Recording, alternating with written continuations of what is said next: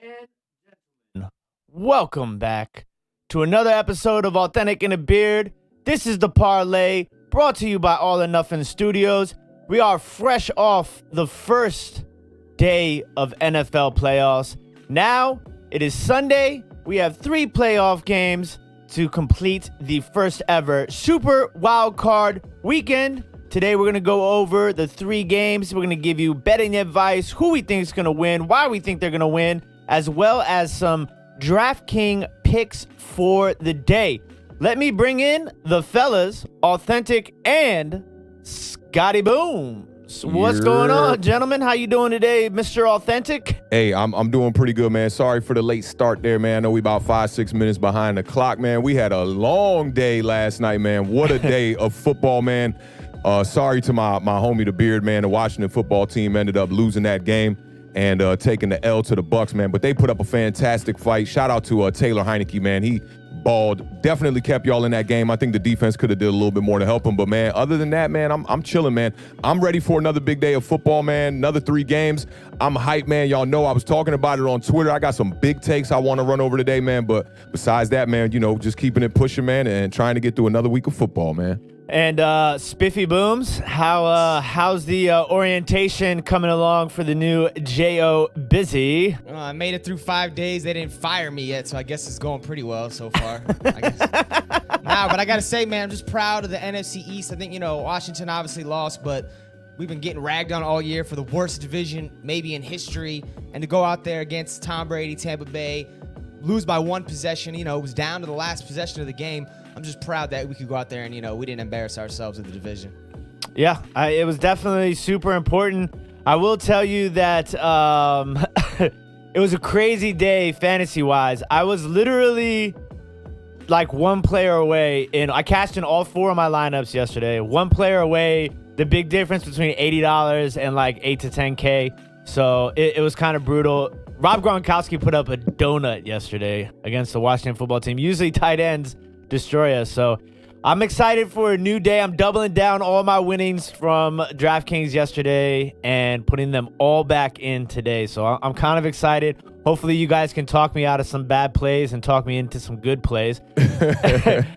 I'm going to go ahead and say what's up to some people in the chat. First, I'm going to get to my man Joel with the $2 super chat. What about Alabama, Ohio Monday night? Guys, I mean, I'll give you my take really fast.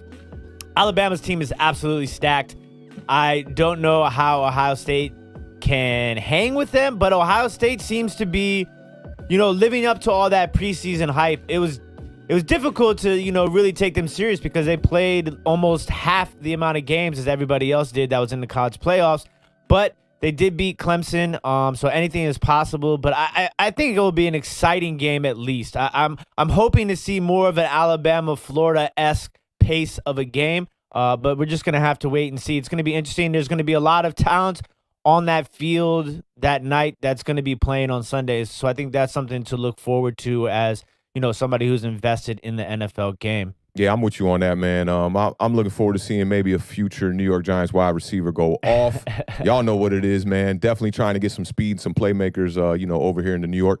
And, yeah, I think I'm going to go with Alabama in that game. I'm going to definitely have my eyes glued to that screen. I don't watch a lot of college football, but that's going to be one I'm going to definitely make sure I'm taking a look at for sure. Alabama's definitely the better team, but, you know, so was USC, and Vince Young showed them up. And Justin Fields is going to need a Vince Young-type performance if Ohio State's going to come in and win this football game. But he looked – I mean, we know he got injured in the last game. I don't know if it was ribs or they even announced what it was. But if the boy comes out 90, 95%, they'll have a chance. Yep. So I want to thank everybody who's watching us across all the platforms. That's YouTube, Periscope, Twitch, Facebook. Shout out to everybody in the chat. Make sure y'all hit that thumbs up while you're here. It helps get this stream out to the YouTube universe. First in the chat, Suchif. What's going on, brother? Hey, Suchif's back at it. Got his wrench back, man. Appreciate you hitting me up in the DM. My man hit me up on just about every platform, bro. Like I tell my man Jameson, gotta behave yourself over here at Awthentik and The Beard one time, man. Shout out to Suchif in the building one time, though. Speaking of Jameson, J-Mo is in the building. How you doing today, sir?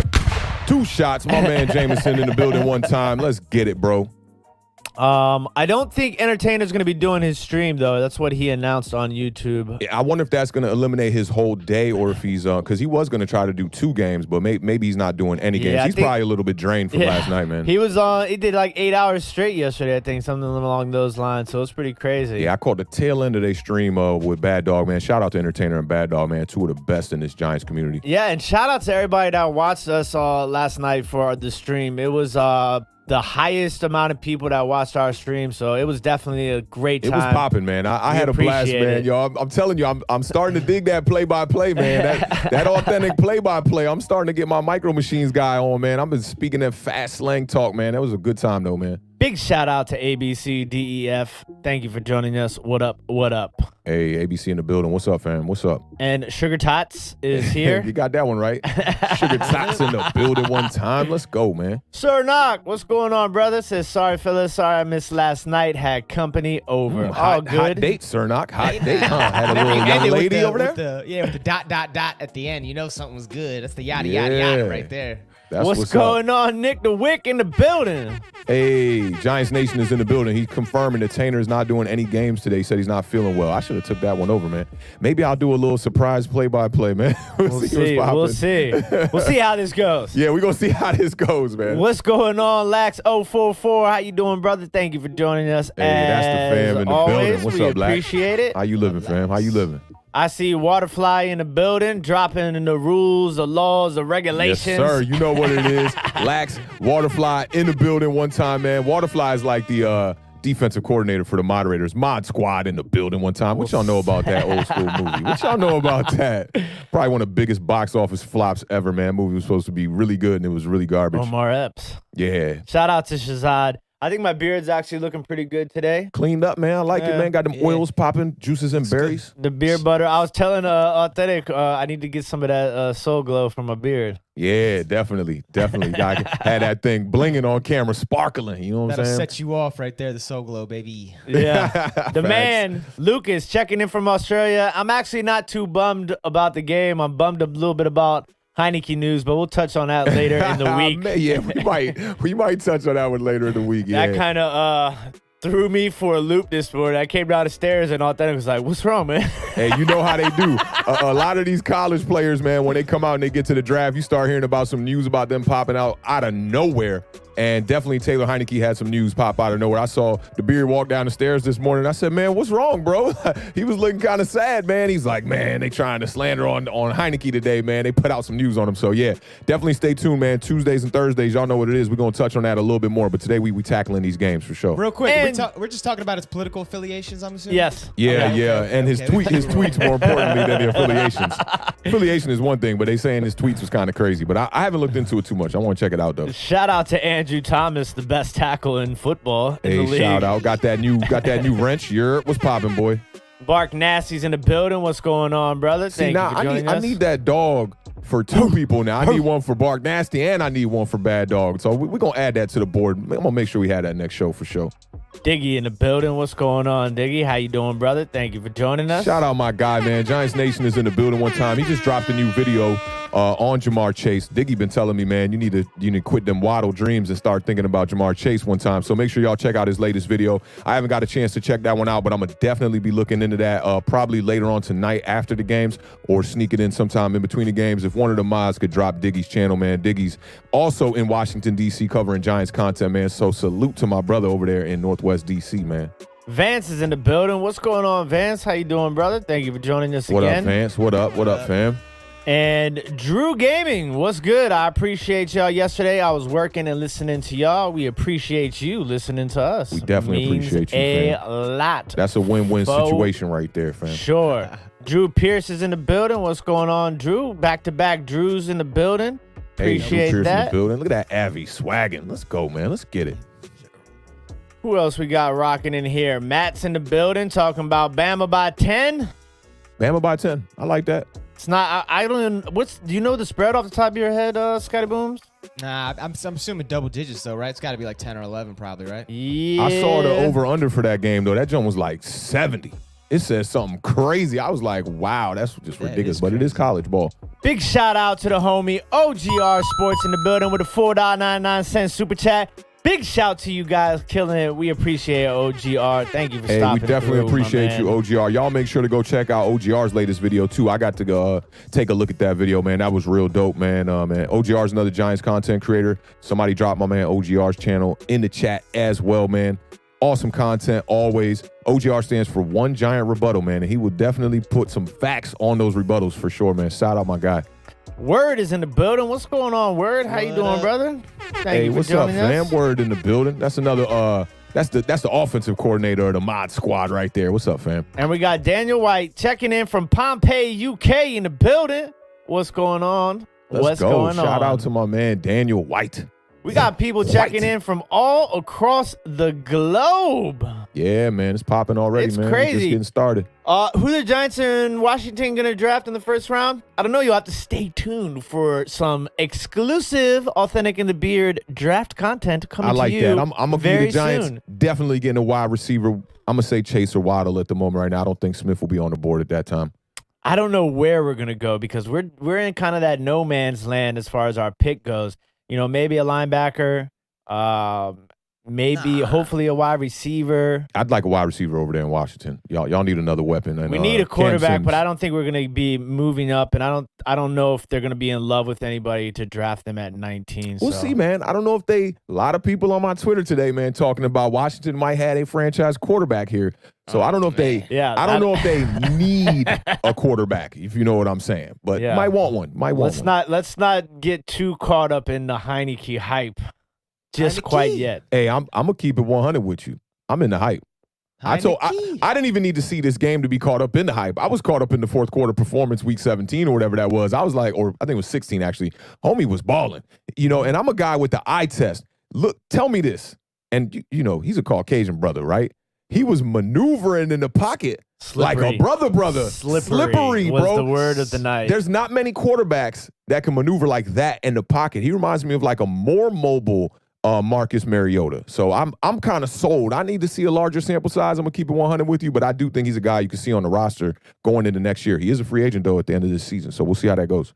Bluegrass Pickers in the building. What's going on, Anthony? Thank you for joining us. We appreciate it. Salute. Day one right there. Anthony in the building, man. Salute to my man. Freaks. Also, Yes, the sir. man, David. David is in the building. So, David. welcome, everybody. We appreciate it. Yes, $9.99 Heineke. That was pretty awesome last night.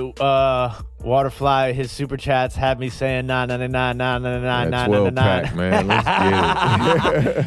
Don't forget, ladies and gentlemen, if you are here and you have any questions as far as maybe some sort of, prop bets or a question on the over-under, the spread, or who you should play, or who's a sneaky pick, or who you shouldn't play as far as DraftKings goes today. It's a 3-game slate, so the lineups are going to be pretty interesting. Don't forget to drop those in the chat.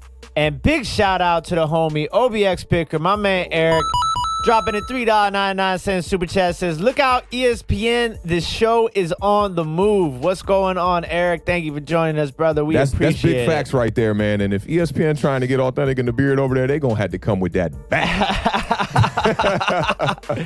All right. I hope you guys are ready. We got a packed show for only 3 games, but it is the playoffs, and these games are very important.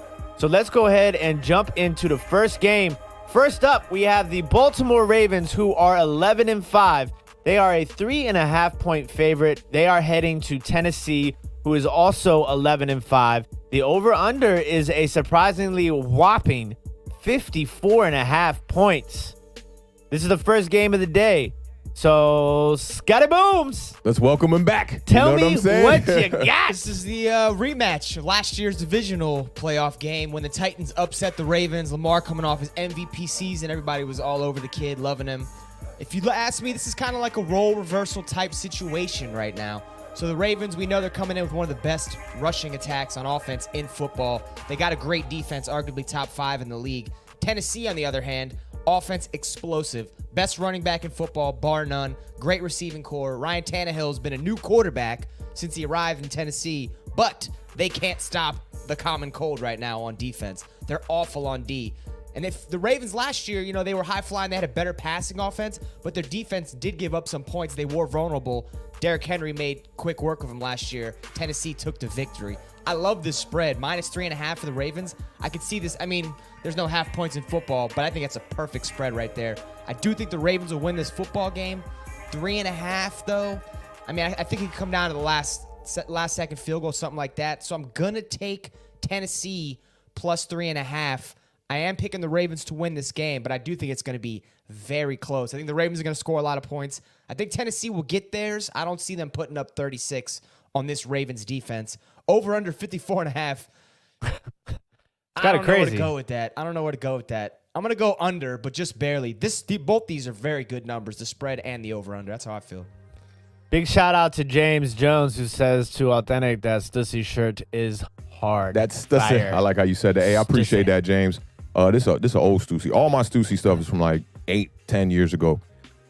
Today, I'm going to keep 100 with y'all. I'm going to have some long takes for these games because I'm a little bit more focused on the matchups more than the odds and whatnot. I'll keep it 100 with you right off the bat. I do think we're going to get to that 54.5. Tennessee Titans are allowing 29 points per game on the season. I think the Ravens are going to win this game, and I think the Ravens are going to cover. I want to talk about the pressure that everybody's been talking about with Lamar Jackson coming into this game. And I think you could chalk it up to a Spider-Man quote I've used once already on the season: with great power comes great responsibility. Because we cannot forget, this dude is in his third year here, and he's about to have 3 straight playoff appearances here. Of the 5 quarterbacks that were selected in the first round of the 2018 NFL draft, Lamar Jackson was the first one to go to the playoffs and see himself and his team in the playoffs. He's a first-team All-Pro, NFL MVP award winner, led his team to 3 straight playoff appearances. He's got a record of 30-7 during the regular season. I don't even understand why people are actually talking about the pressure on this guy. If we look back to Peyton Manning lost his first 3 playoff appearances as well, but nobody really talks about that. And I think a lot of that has to do with the style of play that Lamar Jackson brings. Running quarterback, dual threat. People already doubted his arm talent, arm strength, and he's already proved a lot of people wrongs. So of those quarterbacks from that 2018 draft, Baker Mayfield's about to play in his first playoff game today. You got Sam Darnold, who was taken 3rd overall in that draft, plays for the Jets. We don't got to say too much about that. You got Josh Allen, who was taken in that draft with the 7th pick, and he lost his first playoff start last season. Rosen, I'm sorry. right? Josh Allen. Josh Allen, right? Am I tripping?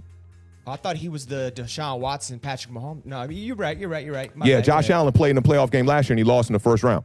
Just won his first one And yesterday. he just won his first one yesterday, and I'm going to tell you what, the referees gave him a lot of help in that game. But I did like his performance. He put the team on his back. And let's not forget about Stephon Diggs over there. That's no slight to Josh Allen, but Stephon Diggs is a baller.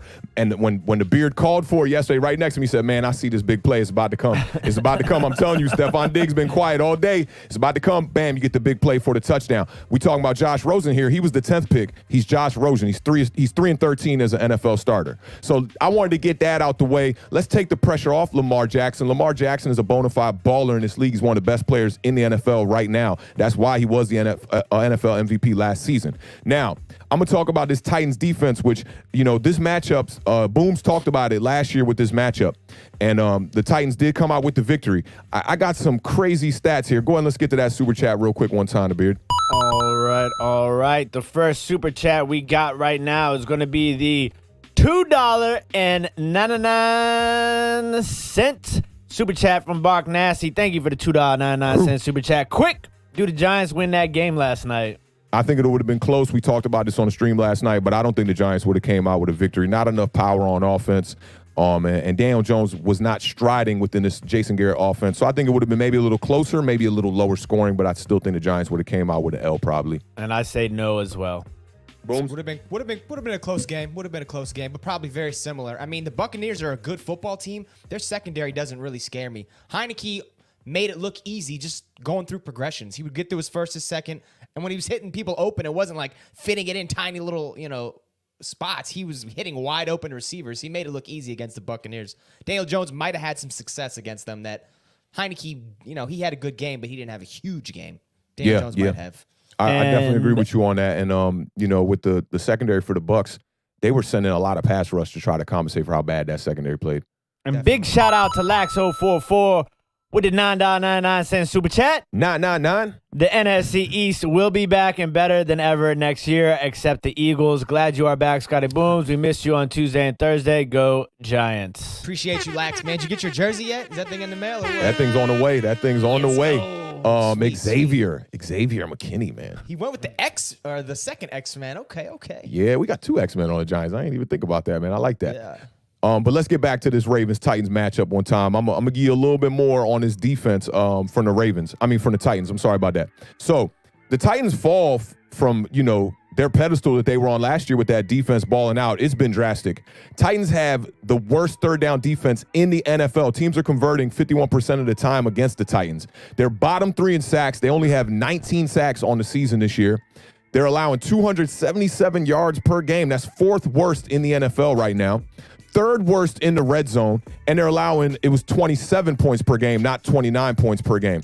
Now, if you're thinking about this whole Lamar Jackson thing against this defense, big-time players make big plays. That's for facts right there. But also, big-time players make fans think big, and that's why the pressure is on Lamar Jackson in this game. Now, let's talk about Ryan Tannehill real quick. Ryan Tannehill has the 3rd highest passer rating in the NFL right now, and Derrick Henry definitely makes that a bit easier to be efficient at the quarterback position.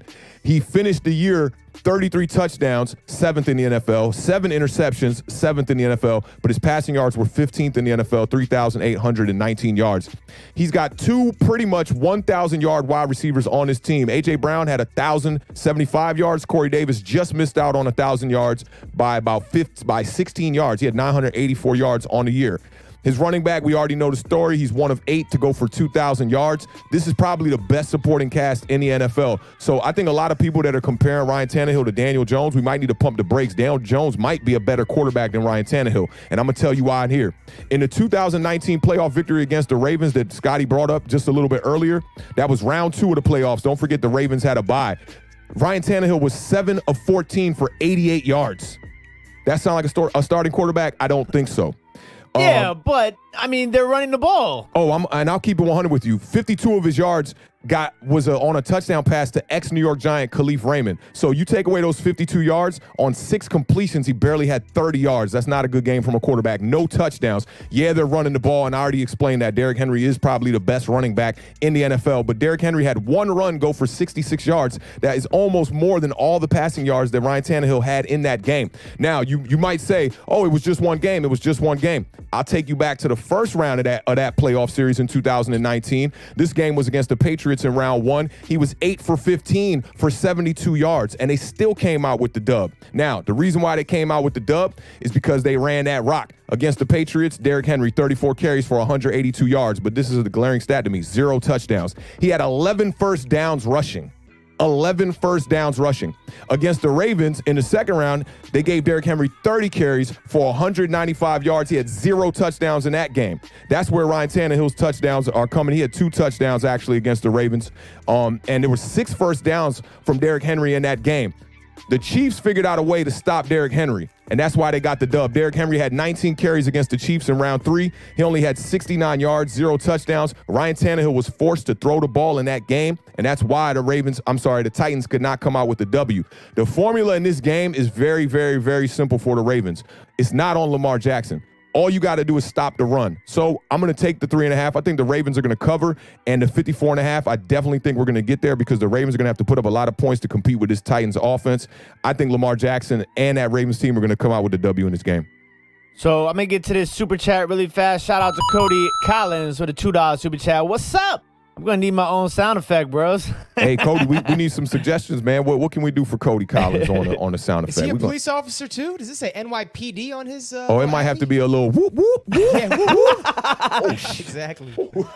Shout out to the police. My man Glenn, the Swamp Picker, just had a birthday recently, so happy belated birthday. He is a Saints fan, so he's saying, "Goo Saints." I like that spelling on that go, man. Shout out to Swamp Picker one time. Y'all make sure y'all sub up. Go search his channel. I'm sure there's not too many Swamp Pickers out there. Now, I mean, Ryan Tannehill had a good year, though, too. So I understand where you're coming from. But I gave you the stats. The year's fantastic. 33 touchdowns, 7 interceptions. But I'm crediting that to the supporting cast being fantastic. Maybe one of the best in the NFL. And we can't forget about your boy tight end, man. He started off the year on fire. Jonnu Smith. But another thing you have to remember, though, too, is Ryan Tannehill running the ball himself.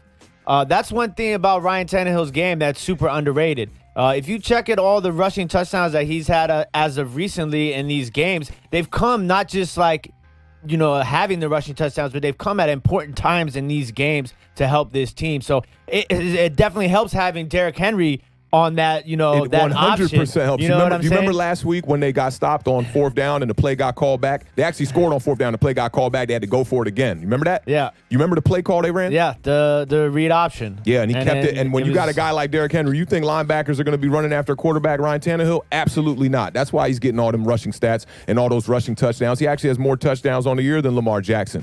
But Lamar Jackson's supporting cast, we're talking about Hollywood Brown here as a number 1 wide receiver and Snead as your number 2. He really only has one target in Mark Andrews at tight end, and that's about it. Yeah, definitely give you that. Nick the Wick, that bet to me, I 100% would put some money on that bet. That sounds like an actual possible score. So the bet is 28 Ravens, 26 Titans. That'd be the final score, and it's paying out at plus 10,000. Score has to be exactly that? Yeah, exactly that score. If anybody gives you plus 10,000 on any bet, you take it. You have to come from the office, but you take that bet all day. Absolutely. Be very sour if you saw that score on the scoreboard and you didn't make that bet. Oh my God. I'd be like, somebody missed an extra point, kick a field goal, something, because I didn't make the bet. But talking about running game, the Baltimore Ravens running game has been absolutely insane. So the Ravens, their past 5 games, 1,337 rushing yards. 5 games? In the last 5 games. That's a fantastic stat. The playoff thing is, they got to show up. That's really all it is. And if you look at Lamar Jackson, I want to say in that last playoff game, he had over 400 yards in that game, and they were calling it a bad game. And everybody said how bad the teams have been because Baltimore's been rolling the last 3 or 4 weeks, and everyone's like, oh, they're not playing anybody. Okay, Tennessee's a good team, but their defense is as bad as any of the rest of these teams. So if Baltimore can do it against the Bengals and the rest of these squads, then they could probably keep it up against the Titans, right? Yeah, and Tennessee's run defense is not that good. So that's the most ever since the Super Bowl era in any 5-game stretch in the history of the National Football League. Whew. So they're coming into this game running the rock better than almost anybody, better than the team that has the number 1 rusher in the league. And a lot of that is because you got 2. It's crazy how Mark Ingram just disappeared. Yeah, they kind of X'd him out of the game. You got J.K. Dobbins and Gus Edwards. So fantasy-wise, it kind of puts you in this little bit of a predicament because, Gus Edwards is getting 13 carries a game and J.K. Dobbins is getting 16 carries a game. But what J.K. Dobbins is doing with his touches is absolutely insane. The numbers that J.K. Dobbins is putting up. Now, you might be able to save yourself some salary as far as DraftKings goes by leaning towards Gus Edwards because he's going to be a lot cheaper than J.K. Dobbins. But J.K. Dobbins has that big play capability that Gus Edwards doesn't necessarily have. But Gus Edwards is kind of that guy that you might see used in the red zone a little bit more. So J.K. Dobbins has 7 touchdowns in his last 6 games. He's scored every single game in his last 6. Yeah, but let's keep it 100. The number 1 X factor of why the Ravens are such a dominant rushing team is Lamar Jackson. J.K. Dobbins has 2 100-yard rushing games on a year. He has a high average throughout the year. He's averaging 6 yards per carry. But listen to these games here. If you against the Bengals, he had 160. That was one of his 100-yard games on the season. But before that, 77, 64, 53, 71, 70, 13, 30 yards, 26 yards, 34 yards, 16 yards. That's not the X factor. We know what the X factor is, why they're leading the league in rushing and doing what they do. It's Lamar Jackson at quarterback. Yeah, Lamar Jackson leads the team in passing and leads the team in rushing. He probably has more rushing yards than 60% of the league this year. He cracked 1,000 yards. How many running backs can you on these teams don't crack 1,000 yards anymore? I mean, even Alvin Kamara, I'm going to get to that in that game. Alvin Kamara just finished another season without 1,000 yards. Yeah, and then for Baltimore, the big difference between Baltimore, I think, this year and last year is their defense is not as good this year as it was last year. It maybe not necessarily as good, but they're not performing as well as they did last year.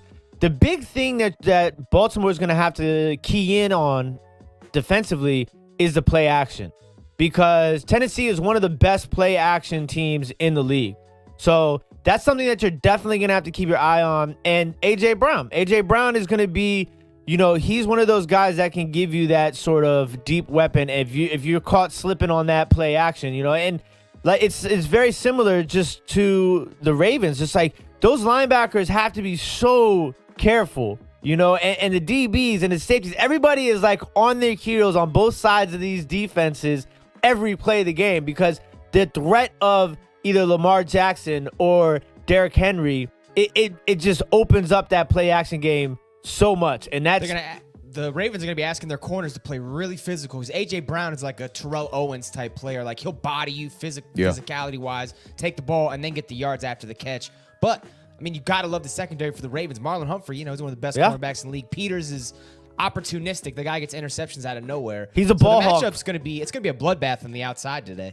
Yeah, and you said, Lamar Jackson probably has more rushing yards than 60% of the league. It's more than that. There's only 9 players in the NFL that broke 1,000 yards this year, Lamar Jackson being the 9th leading rusher in the NFL. He's got more rushing yards than Ezekiel Elliott, Melvin Gordon, Ronald Jones, Kenyon Drake, Alvin Kamara, Miles Sanders, Kareem Hunt, J.K. Dobbins, Clyde Edwards-Helaire.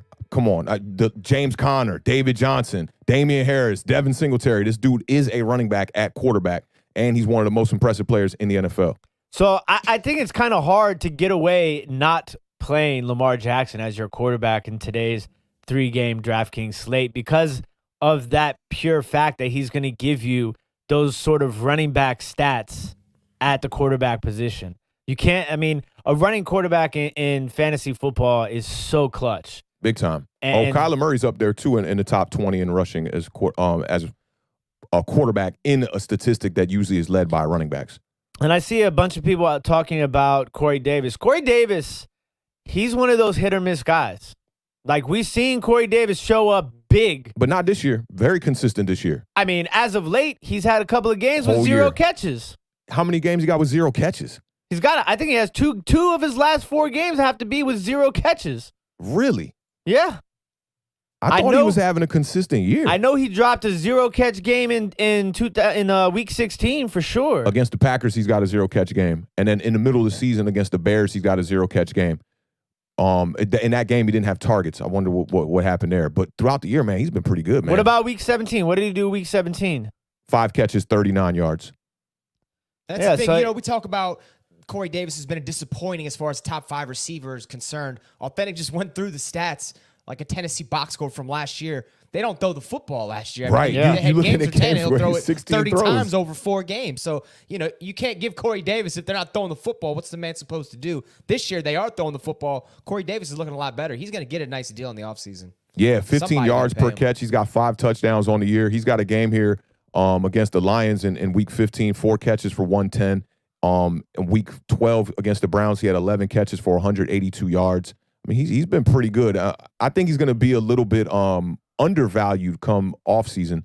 And I don't know, maybe the Titans find a way to bring him back, because I don't think he'll be like that expensive, Yeah, this playoffs is going to be huge for him to see how a lot of these players who are going to be looking for deals in this offseason in the playoffs, that's their last chance to show, all these other organizations or their own organization that they're worth the money. I like the way that's looking, Bark Nasty. I definitely like the way that's looking. That's Look at nice that. That would be an upgrade right there. For Danny Dimes right there. You're going to love that.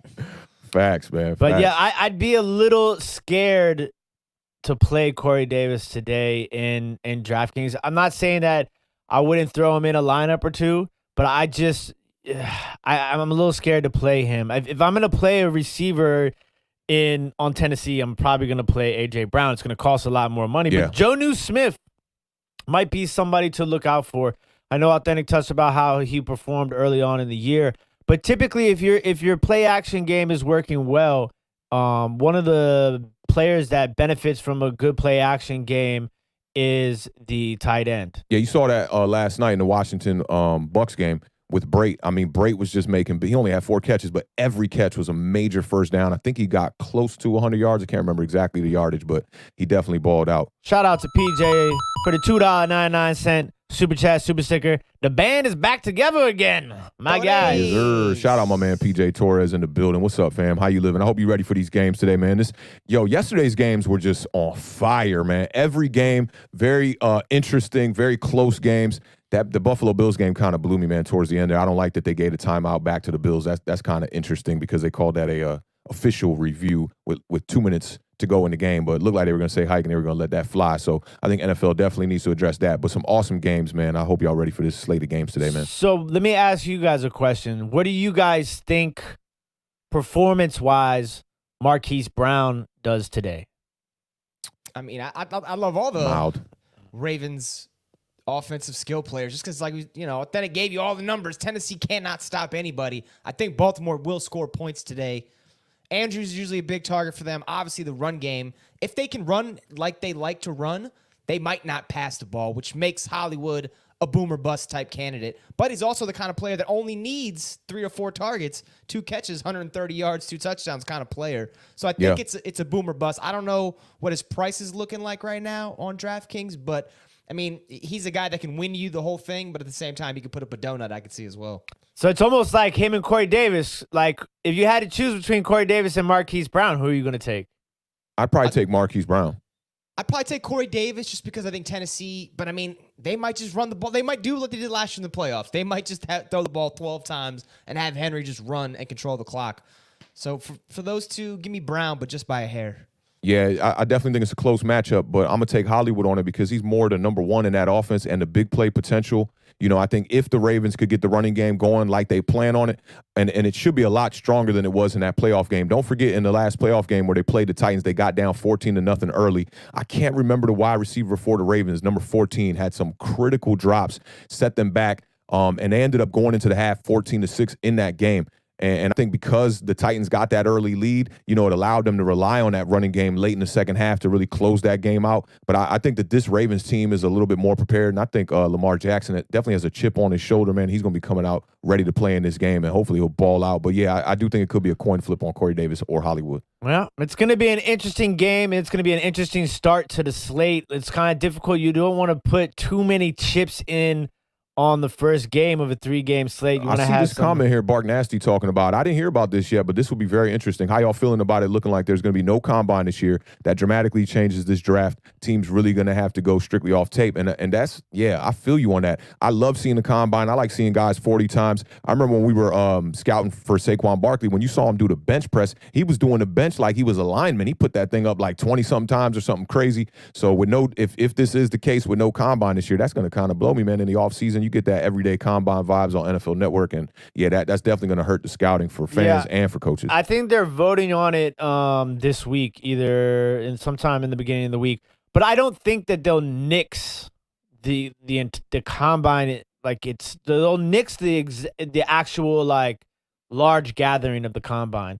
But what you'll see is you'll see a lot of individual workout combines, and kind of like how they do pro days. So you'll see a lot of pro days, and I would imagine what they'll do is they'll do some sort of like everything else in this world that we live in right now, virtual combine, where they'll probably have in 2020. Did they have one last year? Yeah, they did. They did. Yeah. So what they'll do is they will have a. Oh, that's a good question. I'm pretty sure. I'm 100% sure they did almost. They had the combine. I think so. I think I remember the combine. Yeah. What was the 2019 or I'm sorry, the 2020 quarterback draft class here? That was Herbert, Burrow, and Jordan Love and Jalen Hurts. I don't remember seeing them work out. I don't either. Now that I think about it too. And you know what I don't like about I know you always do that. I don't know why you do that, but I don't like pro day workouts either because they're throwing the guys they're familiar with, wide receivers who know how they throw, running. Everything looks good on a pro day, especially for quarterbacks. And for other positions, I don't know how you're going to be able to gauge pro days when you're looking at running backs and different kinds of positions like that. Wide receivers might be a little easier to gauge, but quarterbacks, running backs, other offensive positions, maybe the guys in the trenches, that's going to be a little bit difficult to kind of gauge. Yeah, it's going to be interesting. Sometimes I don't like the combine because you do every draft you get a couple of combine warriors. People who just look amazing at the combine. Yeah. But they're not the same on the field. Yeah, and then you get some guys that ball out and they show it, like your boy DK Metcalf. Where would he have gone if he didn't have that combine work? He might have been like a 5th-round receiver, and everyone would be looking extra stupid right now. Yeah, Facts. so Kid Blue does say they had a normal combine in 2020. I must have just missed out on it. Shout out to my homie Lalo too, man. I definitely feel you on that, man. ESPN falling off. I'm more of a FS1 kind of guy when it comes to watching sports shows that are, televised nationally. And I tell you who I think right now is the best show. They eclipse because I thought Colin Cowherd had the #1 show for a while. I liked his takes on things, and he wasn't scared to be wrong. A lot of these other ESPN fools, they be scared to be wrong. But speak for yourself. Emmanuel Acho and Marcellus Wiley, the numbers that they present are just fantastic. The way that they argue each other and they do a debate-style show, I just think is really fantastic. It's a really good show. I'd like to see them get a podcast, maybe a little more raw vibes too, man. But I definitely shout out to them, man. I like what Marcellus Wiley's doing for media right now. So my pick for the game, I am going to take the Baltimore Ravens. I'm going to take the Baltimore Ravens with the points. So I'll take Ravens -3.5, and the over-under scares me really bad. I'm gonna take the over. I'm gonna take the over on a 54.5. That's where I'm at. That's what's up, man. Gonna be an interesting game. So let's go ahead and jump in to game number 2. Game number 2 is going to be the Chicago Bears, who are 8-8, at the New Orleans Saints, who are 12-4. The Saints are a whopping 11-point favorite, and the over-under is 48. Awthentik, I'm going to start with you. Tell me what you got. All right, I'll tell you what I got. We'll get to the over-under. I'm more, like I said, I'm giving y'all numbers. I'm judging these games. Now, y'all know I can't wait till we get to this next game. The next game is, them notes is on fire. I've been telling y'all on Twitter all week. Check me out for that Browns at Steelers. I'm going to definitely be busting out some numbers. And this Bears-Saints game, I've really wanted to pick the Bears in this game, and I'm going to kind of maybe freestyle this, and who knows, maybe at the end of these notes, I might still pick the Bears to win this game. But in their most recent matchup in Week 8, in an overtime loss for the Bears, they only lost 26-23. I know a lot of people still think this Saints offense is very high-powered, and I know Drew Brees has been balling out when he has been healthy. But in that game, they had Nick Foles at quarterback for the Bears. He was 28-41, 272 yards, 2 touchdowns, and 1 interception. And the Bears definitely committed to the run. It was one of the games early on in the season where David Montgomery actually got it really going. He had 21 carries, 89 yards, 4.2 yards per carry. On the year, he finished with 1,070 yards, 8 touchdowns. That's solid for a guy like that. The Saints, though, have the number 5 ranked defense. They're only allowing 3.9 yards per carry, which is going to be really hard to run up against this Saints defense, who has been pretty stout all year, at the top 3 all year long. I think the formula to beat them here, you might want to look at what Jalen Hurts and the Eagles did in their upset against the Saints, and they really took care of the Saints in that game. Mitchell Trubisky's going to be at the helm in this game. He's coming into this game. He won 4 of his last 5. Had the Bears have went out there and beat the Green Bay Packers Week 17, I would totally pick the Bears in this game. But Packers really took care of them. That game was not even close, not even as close as that score indicates. And I think one of the guys who's going to be a major X factor, we talked about this on the trivia show. A lot of people didn't know who that brother Slash, Mr. Cordell Stewart, was. And Saints have themselves a Slash over there on the offensive side of the ball in Taysom Hill. Rushing on the year, he's got 457 yards rushing, 8 touchdowns. Passing on the year, he's got 4 touchdowns. Receiving, he's got 12 targets, 8 catches, 98 yards, and a touchdown. Combined, that's 13 touchdowns on the year for a guy who's relatively on the bench. Drew Brees in the first matchup played a pretty clean game. 2 touchdowns, 280 yards, 0 interception. I think if the Bears want to have a chance in this game, that's going to be the main factor. They're going to have to force some turnovers. They got to make Drew Brees uncomfortable in that pocket, get him to throw some interceptions in this game. He's coming off a Week 17 performance where he had 3 touchdowns, so Drew Brees is definitely in playoff form right now. 12 games on the season, he's got 24 touchdowns, 6 interceptions. And listen to this, man. The completion percentage is outstanding. 70.5% completion percentage for Drew Brees, man. Relatively, with Michael Thomas out of the Saints lineup for most of the year. He only played in 7 games this year. The Saints have only allowed 29 sacks on the year. This is what I was talking about with Tom Brady and the Bucs. The best offensive lineman is an efficient quarterback, man. Drew Brees getting rid of this ball quick. Hard to sack a guy like that, but this Bears defense, definitely no slouch, man. The only minor weakness I've found on this Bears defense, was their pass defense is not that great. They've allowed 28 touchdowns on the year through the air. That's 16th in the NFL, but all their other stats are top 15. Roquan Smith has been ridiculous this year. I think he's out, right? He might be out in this game, and that's exactly what I was going to get to. He got injured in a Week 17 game. I don't know if they ruled him out yet. I don't know if the Beard got 100% confirmation on that. But this dude had 139 tackles on the season, 4 sacks on the year. And on the edge, about Khalil Mack, who's having a great year as well, 50 tackles, 9 sacks on the season. The Bears' third down defense, I told the Beard this stat this morning when he came downstairs. I always alley-oop these stats to the Beard.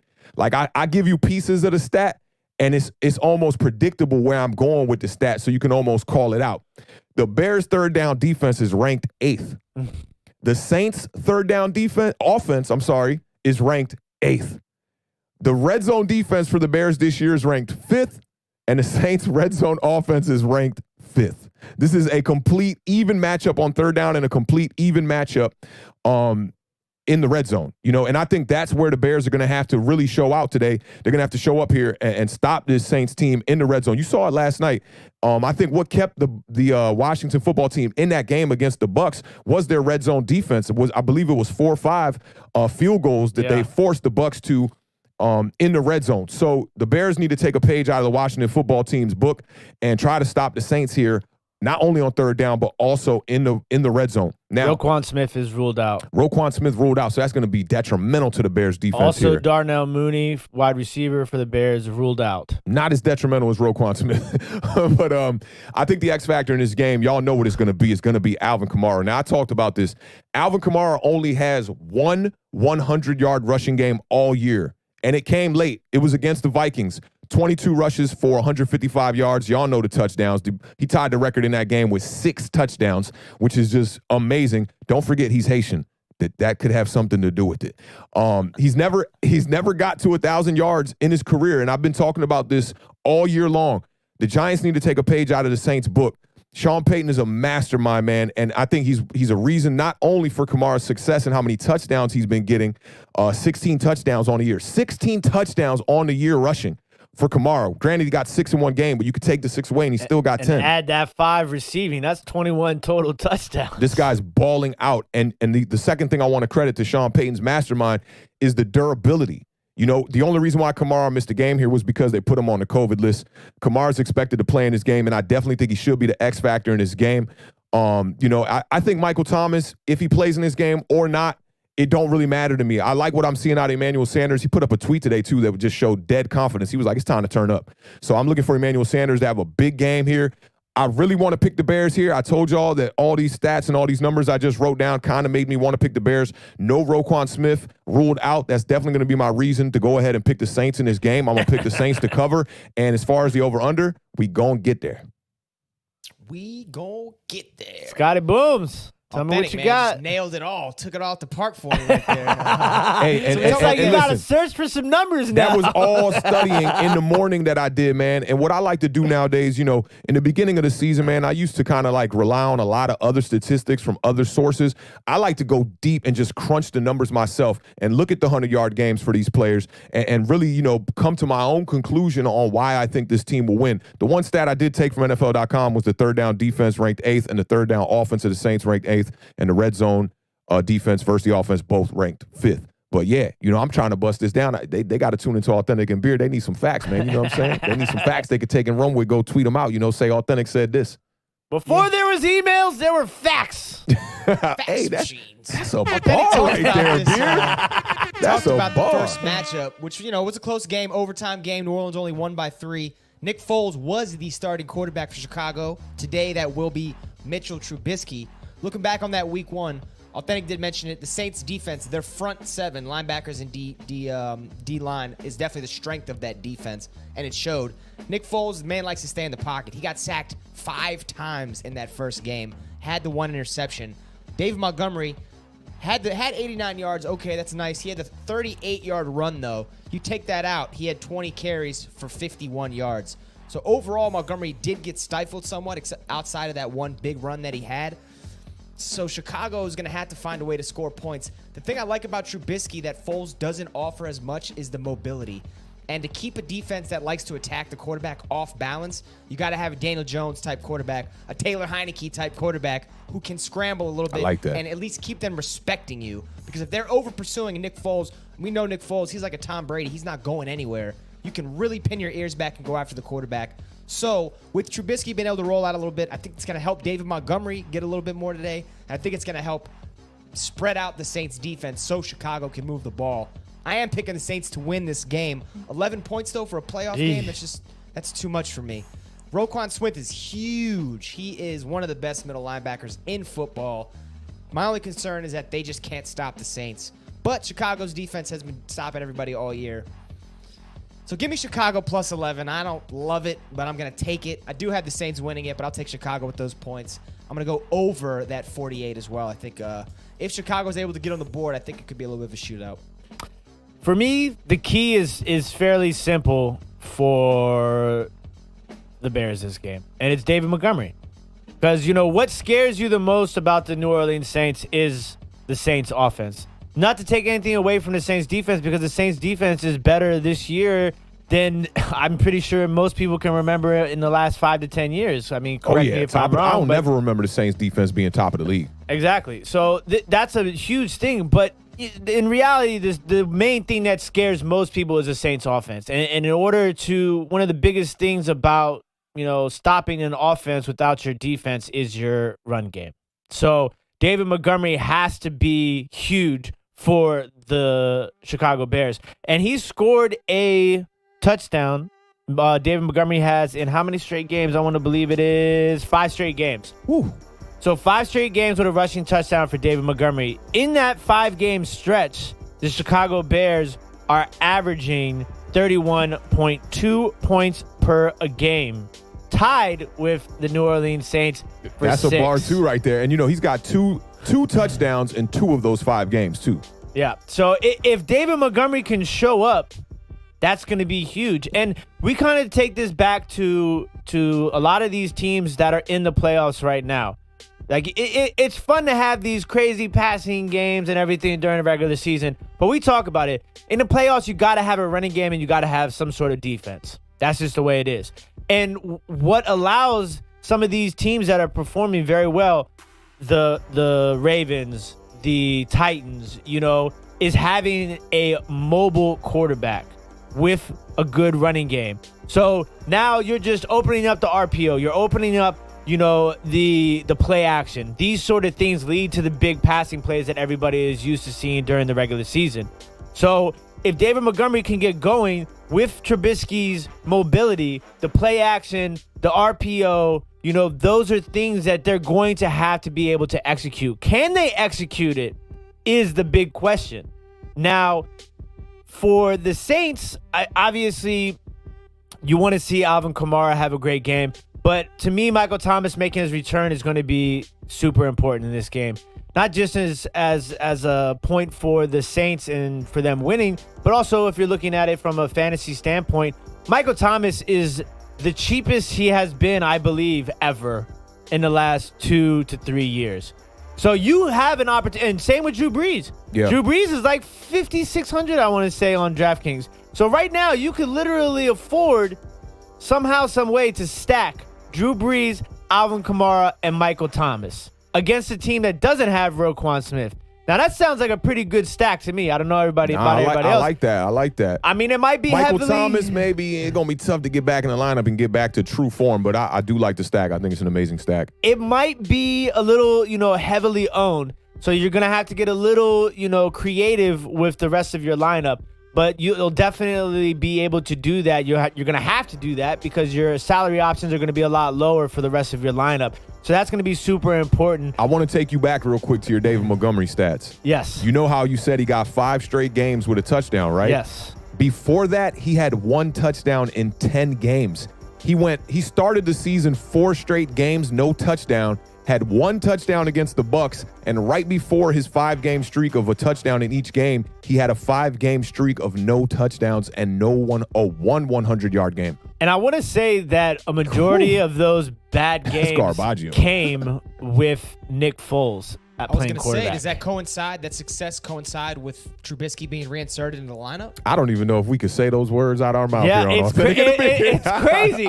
It's crazy, but you have to. The reality is Mitchell Trubisky's re-emergence as a competent quarterback has come hand in hand with the success of David Montgomery. I'm sure the two of them are probably feeding off of each other. Yeah, Mitchell Trubisky, you know how I set the bar for Lamar Jackson? People be like, yo, the pressure's cooking on him. I think Mitchell Trubisky's kind of similar. Like, he has not had a terrible career, and when you look at the numbers, it says it. The numbers are not terrible for him. He's just not winning a lot of games, and I think the pressure's cooking on him over there because he was drafted before Patrick Mahomes. And when he's playing bad, it looks really bad. And Yeah. I think that's the one thing that most people who are fans of the game and who watch the game, they see some of those Trubisky passes and you're just like, dude, that wasn't even like within a 10 feet like radius of being a actual completion. That's why I'm a little worried about Allen Robinson coming to the Giants too, because I feel like that wide receiver core might be a little overrated. He might be struggling from the same thing Daniel Jones has been struggling with, which is not having the weapons. I like Allen Robinson. I think Allen Robinson is a gamer. I think he's a gamer. And I will tell you, a sleeper pick here in this game, this matchup for fantasy, in my opinion, is going to be Anthony Miller. Now, I mentioned the Darnell Mooney, and you guys kind of like slack, but Darnell Mooney, he hasn't necessarily put up monster numbers, but he's been a presence in on the field, you know, and he kind of requires a little bit more attention, and that kind of opened things up for Allen Robinson. I think Anthony Miller is a sneaky pick for the Chicago Bears, and he is dumb cheap. I want to say he's only $3,900 today on DraftKings. So Anthony Miller's got one game over 60 yards on the whole year. Yeah, so he hasn't really been in thrust into that role, you know. Two touchdowns. I think this is a game where you might see Anthony Miller have a big game, and obviously another person that we gotta have to talk about briefly before I give you my pick, and is going to be Jimmy Graham. Jimmy Graham has kind of had a now we talk in this last sort of 5-game stretch. Jimmy Graham's probably had 5 total touchdowns in the last 5 games, I want to say. Yeah, Graham's been balling. He's somebody that you, in the red zone too, and I think that's a huge part of the success of the Chicago Bears in the red zone. You know, you have that tight end, we talked about this earlier, is that correlation between a good play action game and a good, red zone team is the tight end. So with the tight end, if you have that good play action game, a good running game, a good RPO, a good running quarterback, your tight end is going to benefit from that. And I think that's definitely helping that red zone percentage too. Jimmy Graham's got 3 touchdowns in his last 6 games, and he's got 8 on the season though. So he's having a pretty good year. That's way better than I would have thought. Way better. Yeah, he doesn't have like those big. He doesn't have those big games like he used to. He's not going to give you 10 catches, 100 yards, and a touchdown, but he'll give you that touchdown if you need it. So that's definitely something to look out for sure. So I too am a little skeptical on this 11-point spread. Now there is a good chance that the Saints come out here and blow the doors off of Chicago Bears. There is a really good chance. I'm going to say there's probably a 50-50 chance. Shout out my man Johan in the chat. When you said to blow the doors off, that reminded me of that bet that I won earlier in the season with the Giants. Against the Ravens. I forget the exact term he used, but it was blow the socks off, I think. Yeah, I could be butchering. I'm not a fan of that term. I've been one of the guys been known to butcher a few. I don't know. You call those idioms? Is that what you call that? Oh, that's not butchering, though. You could say blow the doors off, or you could say blow the socks off. Yeah. So we're blowing something off here. But, I feel sketchy taking a team to cover 11 points in a playoff game. It is the Bears. It is the Bears. It is the Bears, and it is the Saints. But I'm gonna say that I'm gonna take the Bears plus 11. I'm going to take the Bears plus 11. Diggy said Anthony Miller's a ghost. Yeah, well, look, you guys, listen, I haven't steered you wrong very often this year. True. You know, True. I haven't You're steered not you Them off. Then. Lavichka Chenaults a couple weeks. Hey, them, he catches a touchdown them though. Jonu Smiths, yeah, them Jones been the running back slacking for a couple Cincinnati, weeks. man. Them what's up, Gio Bernard Come on. Jones. That's I'll give you that one. But Yeah. besides that, I've been pretty money with these sleeper picks. Yeah, facts. You know, I mean, Lucas ain't here today, but he'll tell you there was a couple of weeks in a row. I gave you guys that week. I gave you guys Darnell Mooney. He came up and had a huge game. Yeah, he did. He definitely did. You've hit some. I will definitely give you that. And listen, I'm trying to give you guys people that are Are going to cheap. help you win. You The know, the that's bargains. We talked about the bargain. the guys. bargain, the Beard's bargains. Because in Ooh, DraftKings, I need a new graphic, man. Let me get my notes here real quick. In The the Beard's bargains. I forgot about that one, dog. in DraftKings, this is the important thing that like you have to remember. Like there is a lot of strategic things that go into daily fantasy sports. You know, you don't necessarily want to just have the best plays. You got to have the plays that separates you from the rest of the field. Especially if you're playing in these larger tournaments, everybody's going to play, you know, Derrick Henry in 1 week, and everybody's going to play Stephon Diggs in 1 week. You know, like you have to find the guys that's going to give you the points, the best points per dollar that not everybody's going to have, because that's what's going to separate you from the rest of the field. Like, do you want to cash? Do you want to cash or do you want to win? That's the big difference. Like, you can put together a lineup that's going to, you know, get you into the cash, but you want to put together the lineup that's going to put you to the top.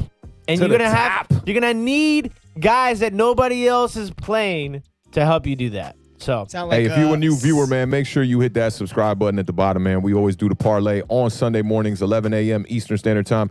And we do 2 shows, Tuesdays and Thursdays. Our recaps on Tuesdays, our previews on Thursdays at 7 p.m. Eastern Standard Time, man. Make sure you hit that bell notification as well, too, even though YouTube be lacking on sending out them notifications 100. yeah. Sound All like right. Denzel right there, real quick to Beard. Like, you want to go to jail? You want to go home? Like, you want to win money or you want to just play? I like What's it. Sound Birdman? legit. Sound Are we legit. finished or are we done? Yeah. Y'all finished or y'all done? Put some Oh, respect on his man. name, baby. Put some respect on the name one time. All right. It's the game that Awthentik has been waiting for all I need a weekend tough beat for this. I need long. a tough Why? job for this. Why? because he's got Oh, I've been something. talking about it all week, man. You ain't, talking about it you all ain't been week. tuning in to Authentic and The Beard while you at that new job, cuz? You ain't got him on the podcast, cuz? And not in my orientation week. I'm definitely gonna be fired if I'm sitting there with my phone like, yeah, what'd you say? Yeah, I'm watching my boys. Checking out my boys. Peace out. go So with this, we John. got the Cleveland Browns. Ooh, I'm so ready for this one, boy. I don't know the last time we said Cleveland Browns in playoffs, but the Cleveland Probably 18 Browns years ago. are 11-5. They are at the Pittsburgh Steelers, who are 12-4. The Steelers are a 6-point favorite. The over/under is 47.5. Spike don't care. Authentic. Tell me what you got. All right, man, listen up, man. The Browns have been definitely suffering from the most bad luck this whole season, okay? You can't forget this game against the Jets where they went in with the whole wide receiver core on the COVID list one time. Let me get this little graphic up right here I for got y'all. you. And, they ended up taking the L to a worthless New York Jets team. I know that. Browns haven't won in Pittsburgh since 2003. We got Ronnie Harrison and left guard Joel Bitonio, I don't know how you say that one, on the COVID reserve list in this game. Y'all know Stefanski's not going to be coaching this game. That's going to be tough for Baker Mayfield. The Browns prepared virtually all week long. Their first practice was Friday afternoon, man, 48 hours before this game. That's crazy. Okay, now I think the rest of the starters for the Steelers is going to come back to haunt them. Because they did play the Browns week 17, and the Browns did sneak out of there with a victory. This is 18 years of missing the playoffs for the Browns. There's a big chip on their shoulder. It's not even it's like a fat Pringle. It's a perfect Pringle on their shoulder right now. And Baker Mayfield looks to become the first #1 pick since your boy Alex Smith to win a debut playoff game. Let me get me full screen or something on here. We need to split this little black thing here in the middle. I ain't feeling that right now. Till Scotty get back, we'll bring him back. But I need the Beard here for a reaction. So come on back on the screen, the Beard. I need you here for a good reaction. Yeah, I need that face reaction right there, right? Now, Baker Mayfield got that first down to beat the Steelers in that game in week 17. And they ran a designed quarterback run sweep for him that he gutless run just ran right at the defense. He talked about the sounds that he heard when the offensive lineman hit the defenders on that play. He said it was one of the loudest booms he ever heard. Now, the Steelers are giving them big fuel. Y'all heard about Juju Smith-Schuster talking all that, whatever, earlier on in the week. The Browns are the Browns. He said the Browns are the Browns. He said nameless gray faces, okay? I don't know what that means. Which is crazy. But I think what great coaches do in this league is they instill characteristics and techniques in players that they could take with them forever. So I think that Stefanski has drilled enough into Baker Mayfield that he should be able to go into this game and win this game. Scotty Boom's back in the building one time. We'll get him back on the stream. I need a second reaction for this, all right? Now, we know what the Browns' identity is. It's running the rock, and they're going to have to do that in this game. Nick Chubb on the year, 1,067 yards on only 190 attempts. That's 5.6 yards per carry. He's got 12 touchdowns on the year. And Baker Mayfield is definitely quieting all the naysayers. He had a fantastic year, and the one thing that stood out to me was the completion percentage, 62.8%. He's got 3,563 yards on the year, 233 yards per game, 26 touchdowns, 8 interceptions. I wrote touchdowns. That's why I froze up right there for a second. And he's only been sacked 26 times on the year. The best offensive lineman is an efficient quarterback, and Baker Mayfield has been that this year. Jarvis Landry's coming into this game as the leading wide receiver with 72 catches, 840 yards, 3 touchdowns on only 101 targets. That's very different than what was happening with Jarvis Landry in Miami. All right, now, this Browns defense, they're going to have to show up today. Myles Garrett, he's been having a good year. He's got 12 sacks on the year quietly. They're not talking about him enough, I feel like. He 48 was tackles. first team All-Pro, though. First team All-Pro, and they don't talk about a lot of first team All-Pros. Shout out to your homie Brandon Sheriff one time from the Washington football team. My bearded brother. Your bearded brother, for sure. Now, the Giants let go of a player here that is not only the leading tackler, but the leading interception candidate on this Browns team.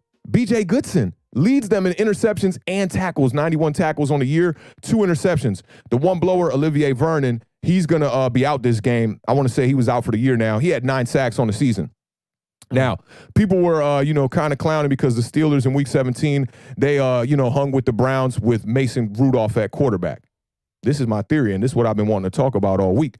I think Mason Rudolph at this point in his career is a better quarterback than Ben Roethlisberger is. At this point in his career, Mason Rudolph was 22 of 39 for 315 yards, 2 touchdowns, 1 interception. In Week 6, when the Steelers blew out this very different Browns team, that was a 38-7 game, okay?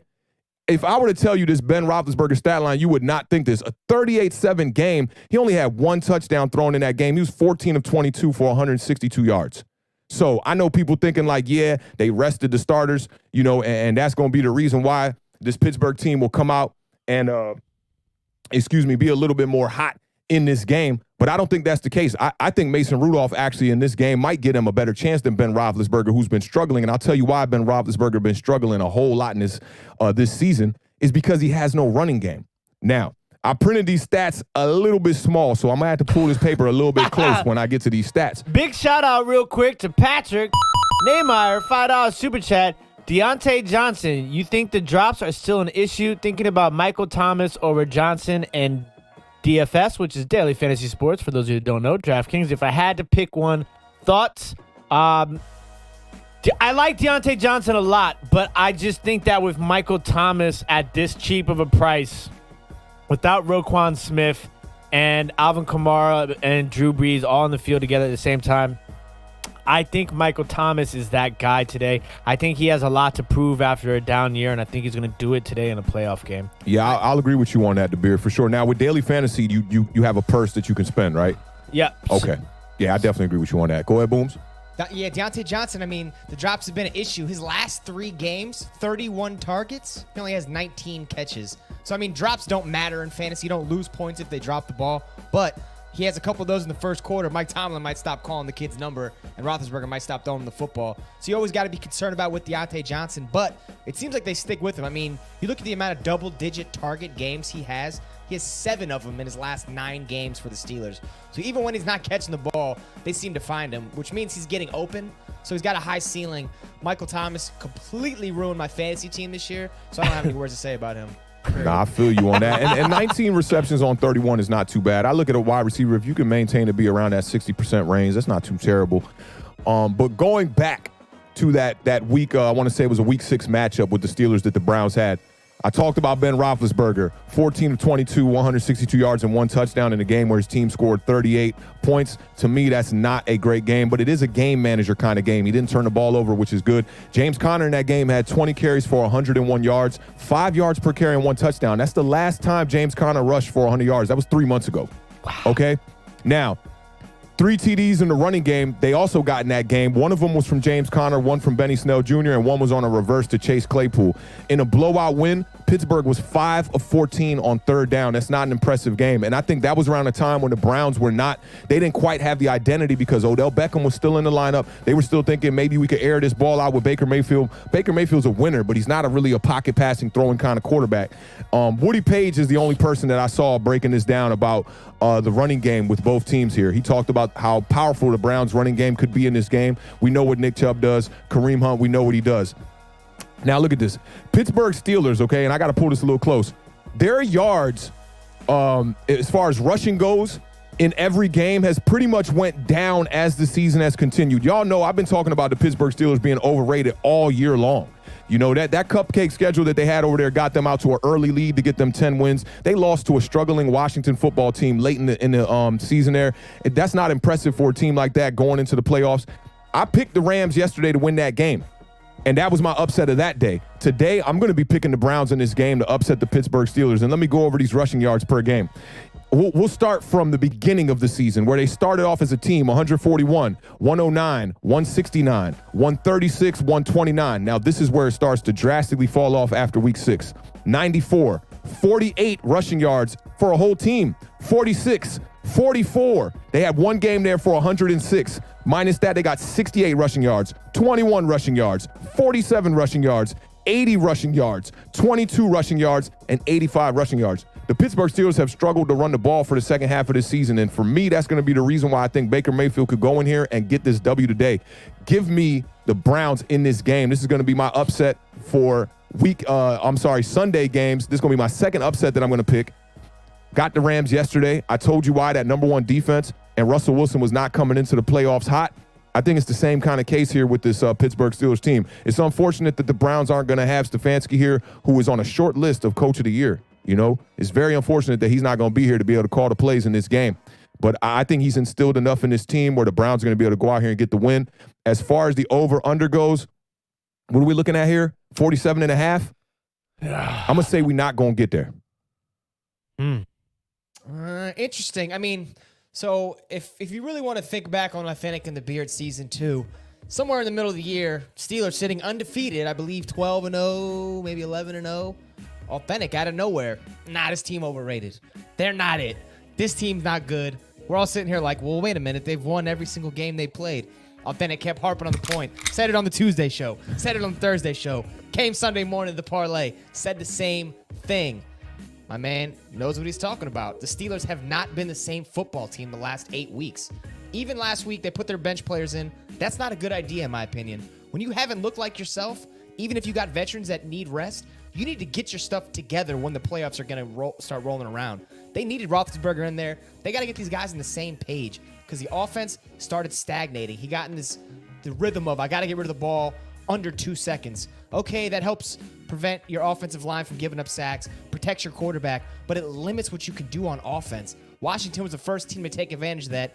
Every team after it has taken full advantage as well.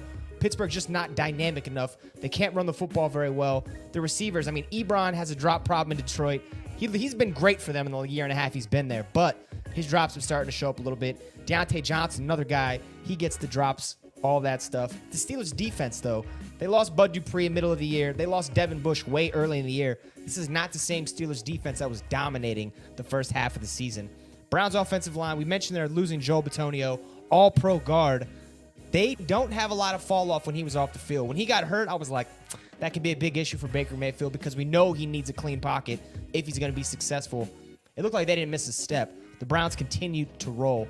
So if the Steelers receivers don't drop the football, if Connor can get some yards, it's the big third downs for me for Connor. I don't need a 150-yard game, but on those 3rd and 2s, those 2nd and 6s, he's going to have to get those little bit of chunk plays to keep moving the chains for the Steelers because that's been the issue for them.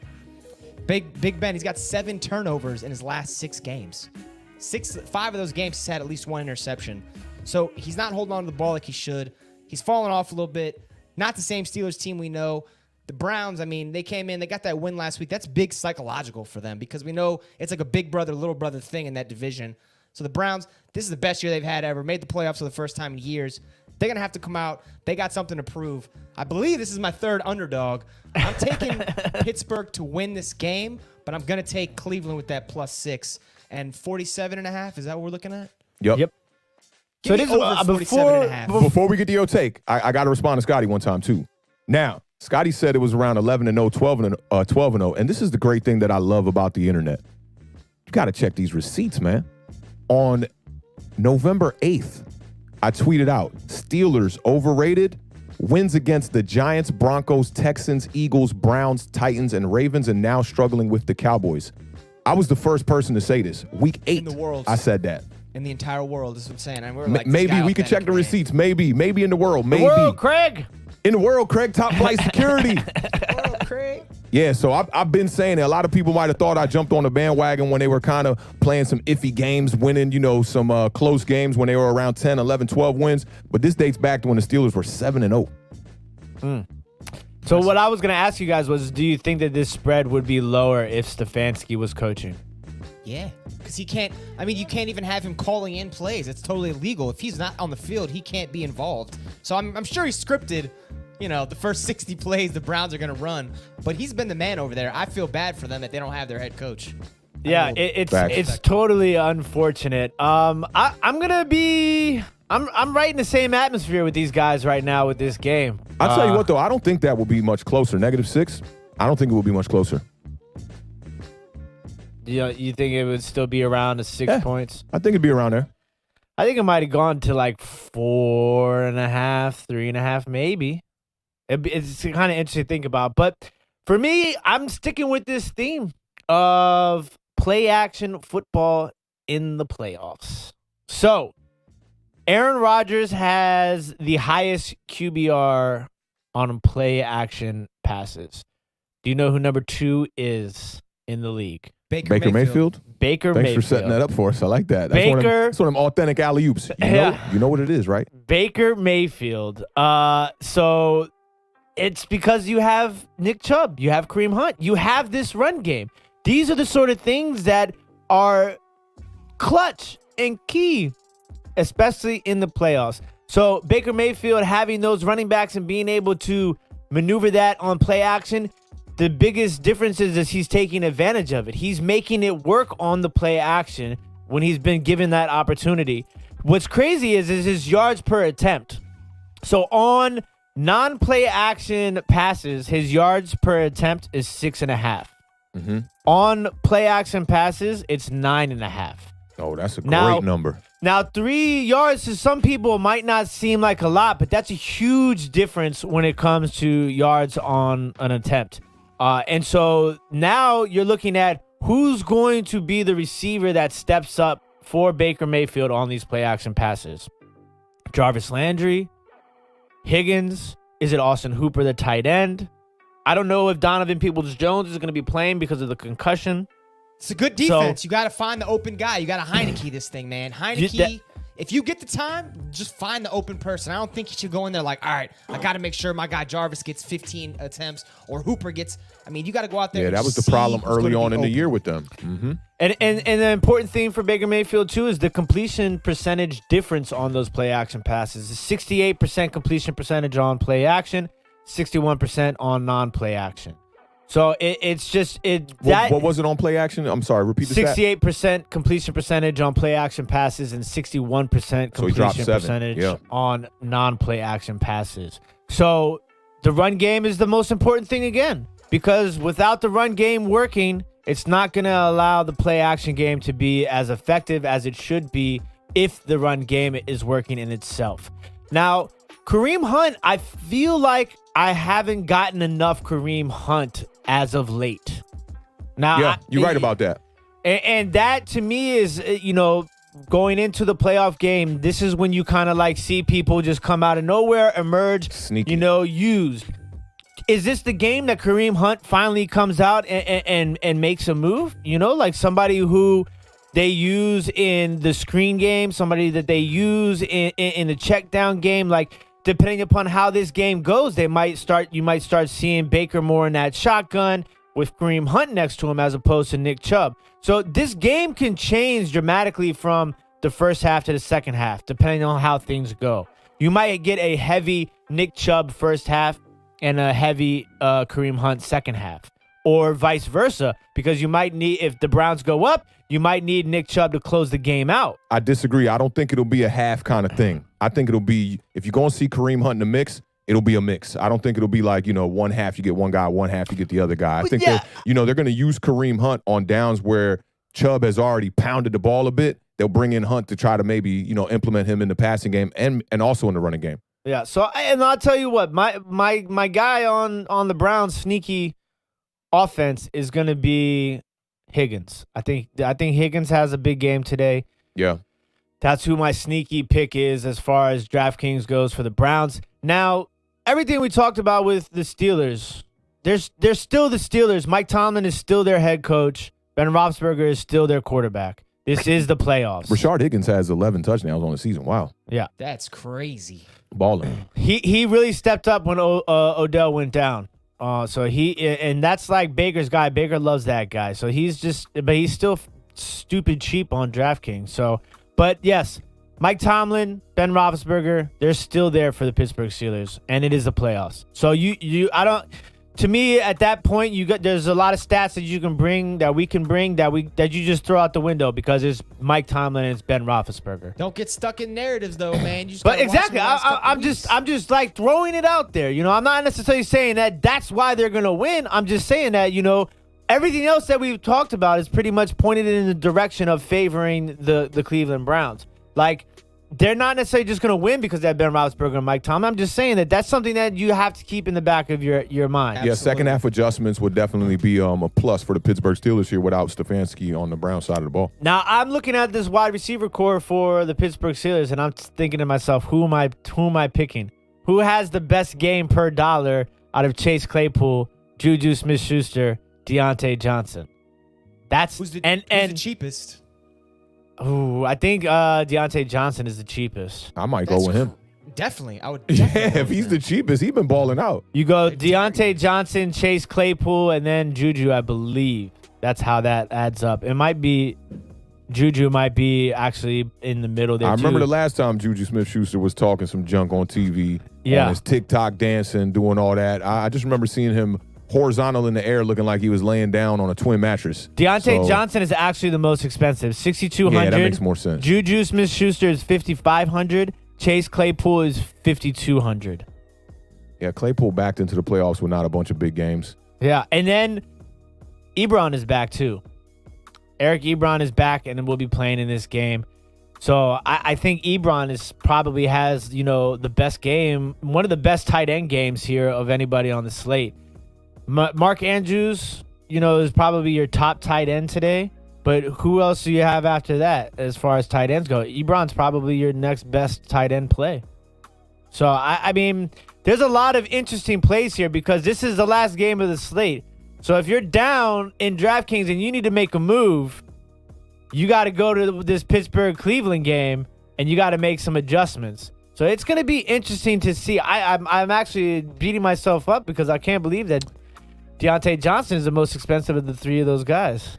With those targets, though, what we're saying, 6 of the last 8 games, he's getting double-digit targets. I mean, right. Roethlisberger feeds this man the ball. So as long as he catches it, he should have a nice game. Yeah, and tight end-wise, I mean, you can maybe look at Cooks with the Saints. Yeah, that's a good option too. I might have to plug him in the lineup. Got 35 minutes. Yeah, Jared Cook. He's that guy. I feel like he's played football for like 35 years. Like every time it's like, oh, Jared Cook, yeah, he's still playing tight end somewhere. All right. Back at it. Yeah, so you guys got 35 minutes to finalize your DraftKings lineups before that first game kicks off. I'm going to take Cleveland +6. I think this is going to be a close game. I think it's going to be probably a 3-point win for one of these two teams. Who you going to pick to win the game? To win the game? Yeah, that's important here. This is playoffs, man. This isn't no joker regular season game.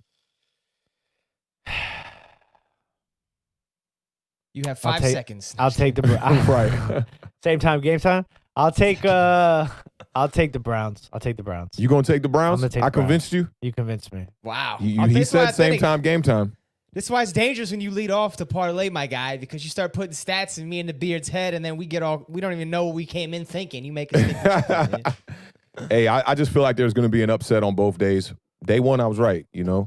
I think day two here, I got a less of a chance of being right because Pittsburgh has owned the Browns, pretty much. I mean, and Ben Roethlisberger's record is ridiculous. I think he's only lost 2 times to the Browns. But Wow. I don't know. Baker Mayfield's got a lot of pressure cooking on him, and dude is a winner. That's one thing I like about Baker Mayfield. I like, he's throwing touchdowns. He's sliding down the field. He's running down the field to go celebrate with his guys.